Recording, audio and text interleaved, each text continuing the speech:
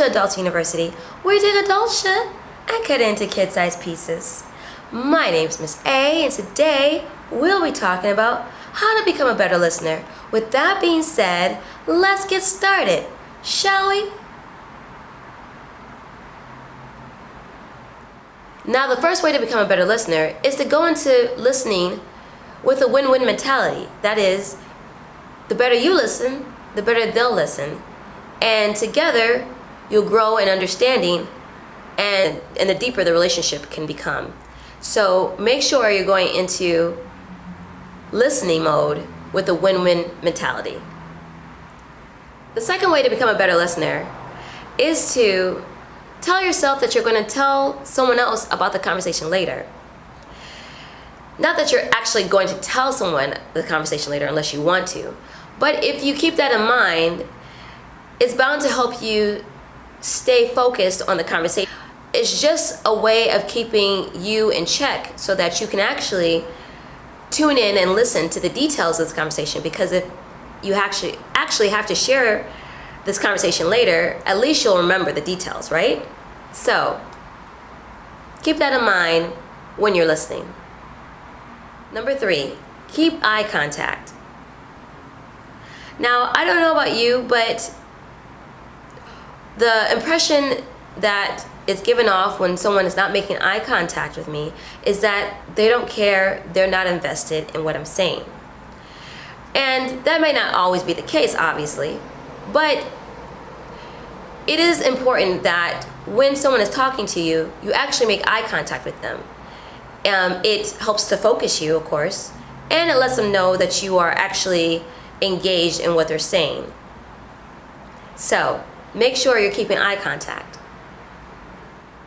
Number 4, put your smartphones away. If we're engaged with our phone and someone's talking to us, it's likely that we're not really going to be able to remember or pay attention to everything that they're saying. And it gives off the air that we don't really care about what they're saying.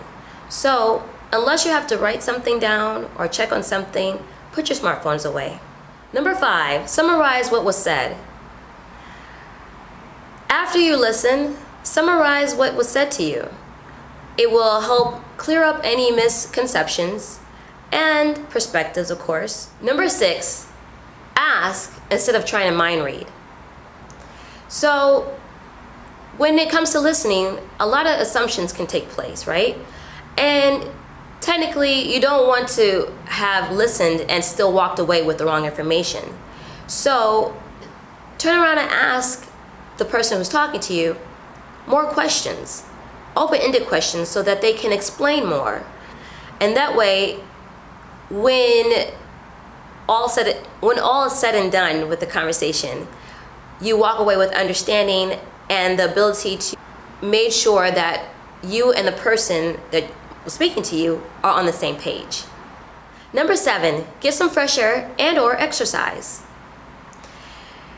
It's hard to listen when you're tired or foggy in the head. So taking a walk, opening up a window, or getting out and exercising can definitely help you jump over the mental fatigue that you might feel when it comes to trying to be an active listener.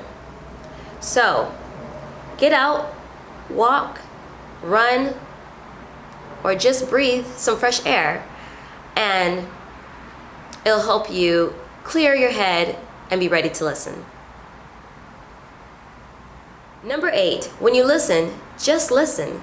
Sometimes the person who's talking to you just really needs you to listen. So don't interrupt, don't jump in with solutions, just be there for them. Just to be present is sometimes the best thing that you can offer someone who is needing or seeking your attention. So make sure you just listen. Number 9, be honest about your current limitations. Sometimes we are tired or busy or hungry, or we have our own things going on, and listening to someone else talk to us about maybe their issues or whatever's going on, or even if it has to do with us, isn't just the time for us to be able to focus in and listen to them. instead of pretending, they say fake it till you make it. Well, if at the end of listening you don't remember, you are wondering in your mind, and just not an active listener, what good have you done them or yourself?